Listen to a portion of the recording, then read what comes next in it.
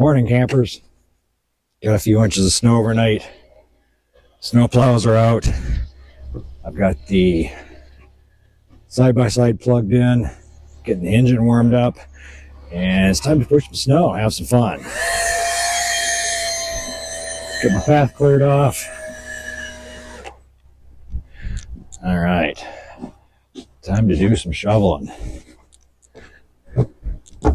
All right, hopefully I have my echo problem fixed. Still have a problem with glare on my glasses, but I don't think I can do anything about that portion. You may recall the last couple of times we addressed the safety concerns using a semi-quantitative measure of assessment where we assigned numerical values. This time we're just going to go back to an older method that we tried using verbiage. I think it's more appropriate for this one. And contain it to the topics of environment, self, job familiarity, tools, and other. I think these capture everything that's relevant. As far as the environment, we have a topic of weather, with the air or apparent temperature, the wind chill, snow, and sunshine. So sunshine was a late addition. We do need to be ready to keep the sun out of our eyes, have it reflecting off the snow and blinding us. So don those shades, man. Mine are built in, so that's pretty handy. The snow slips, trips, and falls. We do have some ice underneath the snow in certain parts. And remember to do the penguin shuffle as the need arises. That's just a way of shuffling across icy areas to keep from falling on our behinds. The wind chill, knowing how to identify cold-related injuries as well, such as the more extreme frostbite or just simply chilly fingers. Along with the line above it, where we will have a second pair of gloves available. I like to do that, just have a second pair inside the house, run in, change out, come back out if needed. Shouldn't be much of a problem today, I wouldn't think, but we'll have them available. Insulated coveralls, a couple layers on shirts, no thermals, but we'll have winter hat and insulated boots. Wool socks, big fan of wool socks. Good quality socks will get you pretty far. As far as ourselves, are we mentally awake enough to do the job? I prefer coffee. The wife prefers chocolate. I could do some push-ups or something beforehand. That would get me stimulated, but no, that's not going to happen. Are we physically able to perform the work? What is my fitness level at? What are my weak areas? Am I able to handle shoveling snow, for instance? We've all heard the stories of individuals having heart attacks or strokes when they're out shoveling snow. So you may want to have the conversation with your doctor at some point and ask if they think you're healthy enough to work outside in the winter. And then your manual dexterity needs, focus. You can practice as needed. Specifically what I'm going after here is if I'm in the side-by-side, I'm operating the snowplow with my left hand. I'm driving and shifting with my right hand. Meanwhile, running the accelerator and brake. It takes a little bit of focus, but it goes by pretty quickly without too much of a problem. Just need to be familiar with it. Am I familiar enough to perform the job? As far as have I used all the equipment before? Am I comfortable using it? Do I have any hesitation with the suitability and condition of the tool, such as snow shovel? Is the handle cracked? Is the snow plow on the machine structurally sound? Is it in good working order? And what is the job scope? What am I intending to do today? For me, I'm going to remove the snow from the driveway, mailbox area, deck, and make a path to the bird feeders. If the scope changes and gets more extreme, I may have to reevaluate. For instance, I'm not going to make a path to the backside of the property. There's no point, but if I did, I may want to reconsider. If something happens and I'm out there, can I get back without having to have the compact tractor pull me out, for instance? Our tools, the snow pusher and snow shovel, not the same thing. Remember to use ergonomics, lifting with our legs and not our back. That's a hard one for me. It's something I have to constantly remind myself to do. Is everything in working order? Are my body joints ready to perform the work? There's days where arthritis kicks in pretty good and I have just a terrible time. I may need to stretch out, what have you. If the side-by-side breaks down, am I going to push it, tow it, pull it? Can others see me and can I see them? I'll have my four-way flashers on, my strobe light. Headlights come on anyway, so those will be on. I won't need the overhead lights. Those are more for nighttime work. Are there operational fail-safes? I don't believe there are, meaning that if I were to step out of the driver's side door, the unit can still run by itself and take off. So, be aware that things have to be done in a particular order to keep myself safe. Stop the machine, put it in neutral, put the parking brake on, yada yada. And then keep people and pets away. Verify by using my mirrors when I'm backing up. I'm not expecting anyone to be in the area. And the critters know to keep away. They don't like the noise. Miscellaneous, use my seatbelt.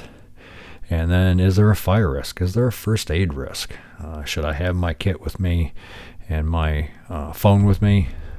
Is my fire extinguisher rated for ABC type fires, etc.? And there we have it. Let's get down to work, shall we? Hey, wait, hear that? Snowmobiles. Somebody else is having fun.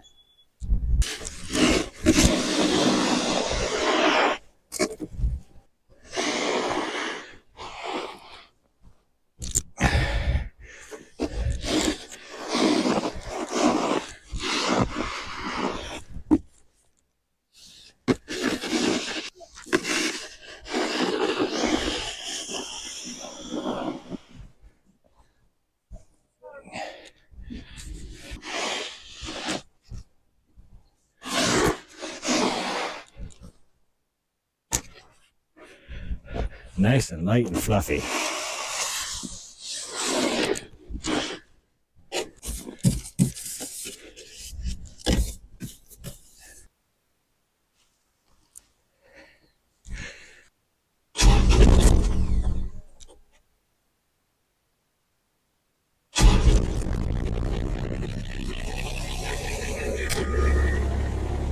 I wasn't working for a second. Hey, how about that? I think I found out why that side-by-side started so rough.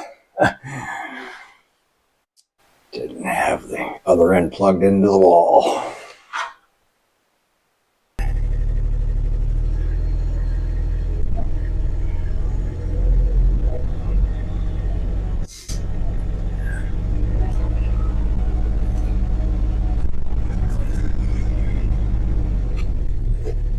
I'm using the Kubota X1100C with C meaning cab. I'd also considered Polaris, John Deere, Can-Am, and Honda, but went with Kubota for several reasons. Number one on the list was durability. This thing is an absolute beast. I've never been stuck. I've moved heavy, wet, deep snow, and it's performed great. Except for the way the transmission and shifting works, I didn't see one bad review online at the time. By the way, it's unnecessarily difficult. The others either had a number of shortfalls which concerned me, or pushing snow seemed to be an afterthought for them. In my case, I primarily wanted a heated cab for moving snow and a powered bed for odd jobs the remainder of the year. I had been using a snow blade on a Deere X540, but it lacked weight, four-wheel drive, had nothing to block the wind, and nothing to provide heat. My subcompact tractor would have worked, but I needed third function hydraulics, a cab, and after purchasing the plow, it approached what I originally spent, which is too bad because I really like green paint. So then this was the best choice for my situation. I still have 100 pounds of sand in the bed. However, the engine placement seems to be in a really good spot to provide optimal traction and balance. This is meant for job sites, but I opted for the more domesticated version by ordering the camo and black exterior rather than the stock orange and black. Tires are the standard job site version and work very well. I was advised against the off-road type because the tread was thought to wear excessively quick. I ordered mine with all the options I could get, minus the tool bed rack, which I wouldn't use.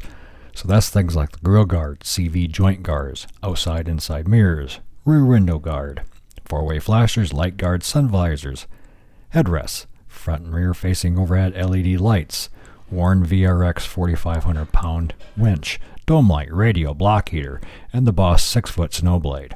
More options are available on later years, including remote start.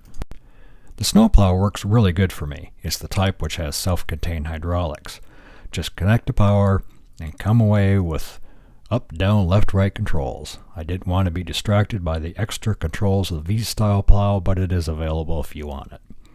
The suspension of the Kubota handles the added weight of the plow assembly quite well, and the blade is fiberglass to keep down from adding more weight.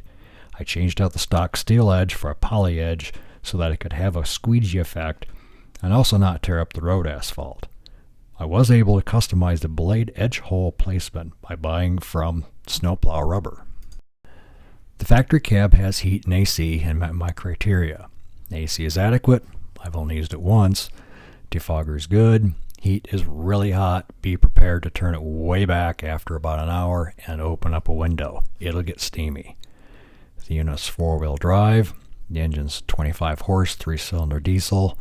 Max speed on flat level ground is 25 miles an hour or 40 kph for our Canadian friends. You will definitely not win any races with this. The block heater needs about hour and a half to do its job when it's about 0F or minus 18C. I've checked and it draws 430 watts. Payload capacity is a whopping 1,600 pounds or 730 kgs. I could pull up to 1,300 pounds or 590 kgs using the built-in 2-inch receiver on the rear.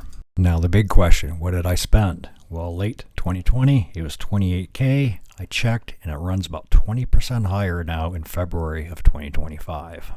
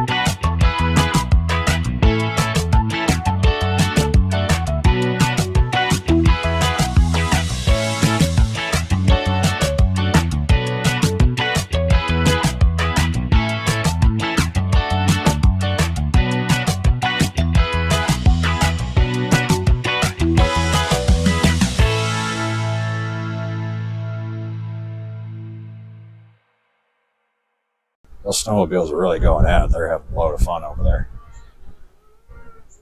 Don't know if you can hear that. Anyhow, back to it.